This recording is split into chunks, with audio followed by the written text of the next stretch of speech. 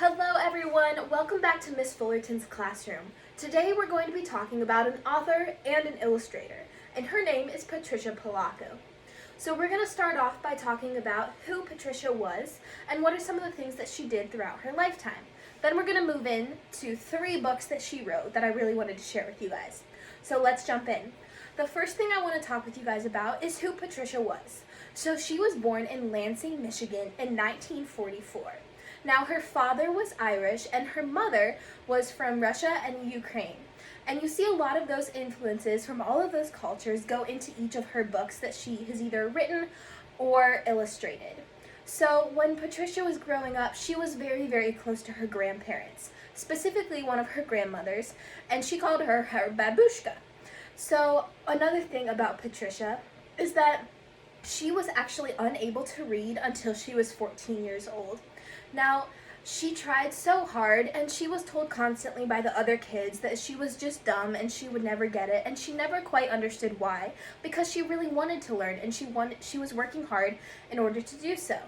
It wasn't until one of her teachers sat down with her and really worked through some different things in her life and realized that she was actually dyslexic.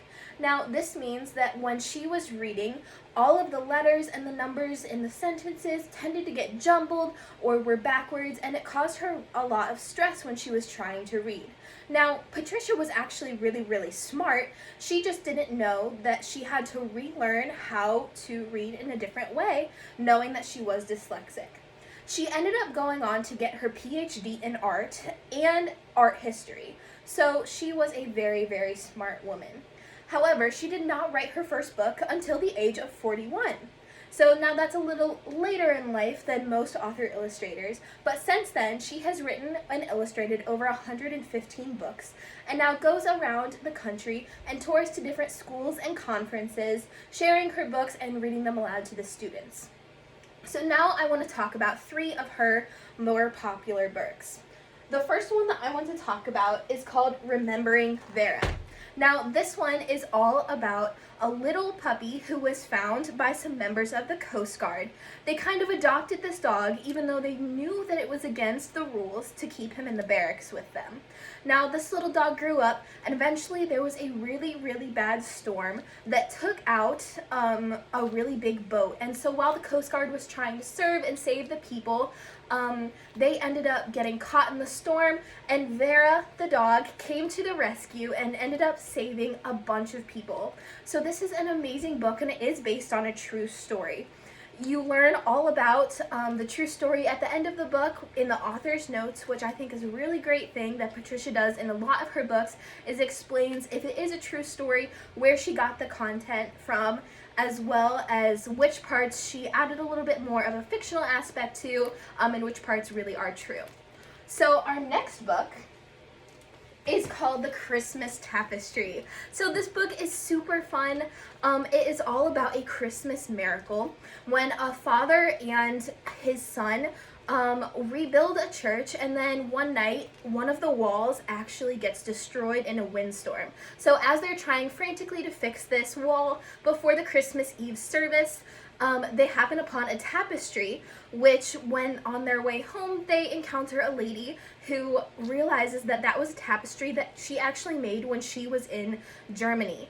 And it was Nazi Germany, and she was a Jew, so she made this quilt for her husband, and then they got separated. She hadn't seen her husband since that point, but she had never gotten remarried. Well, throughout the story, you see them meet other characters, and eventually a man enters the picture who also recognizes the quilt and says that, wow, this was the quilt that my wife made for me.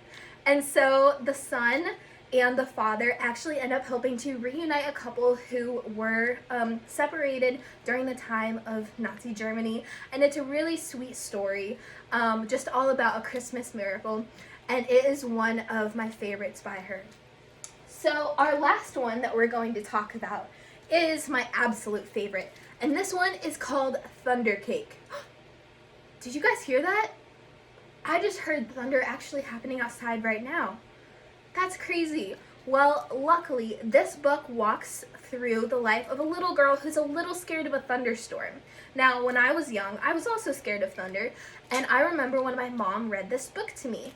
And it's all about how this little girl overcomes her fear of thunder by baking a cake. So today, one thing I want to do with you guys is bake a little mini cake. So in the book, the back of the book, there is actually a recipe for different thunder cakes, is what they're called. And so I'm going to do that with you guys right now. So first we're going to take just a couple tablespoons of water and pour it into our cup here. Awesome, there's about 3. And as the book is going on, you watch the main character go around and get all of the different ingredients with her grandma, and then they make their thunder cake. So here now I'm putting in some of my dry ingredients, and I am just going to mix this all up. Awesome. All right. So now I'm going to go ahead and pop this into the microwave and make my lovely little cup of thunder cake. And I encourage you guys, if you want to make your own thunder cakes, to look at this book and so many others by Patricia Polacco. She is a phenomenal author illustrator and definitely someone who I would recommend reading some of her works. So while I go make this and enjoy some thunder cake, I hope that you guys take a look more into Patricia, as she is an amazing author illustrator. Thanks so much for joining me in my classroom this time, and I hope you guys can make some thunder cakes. Bye!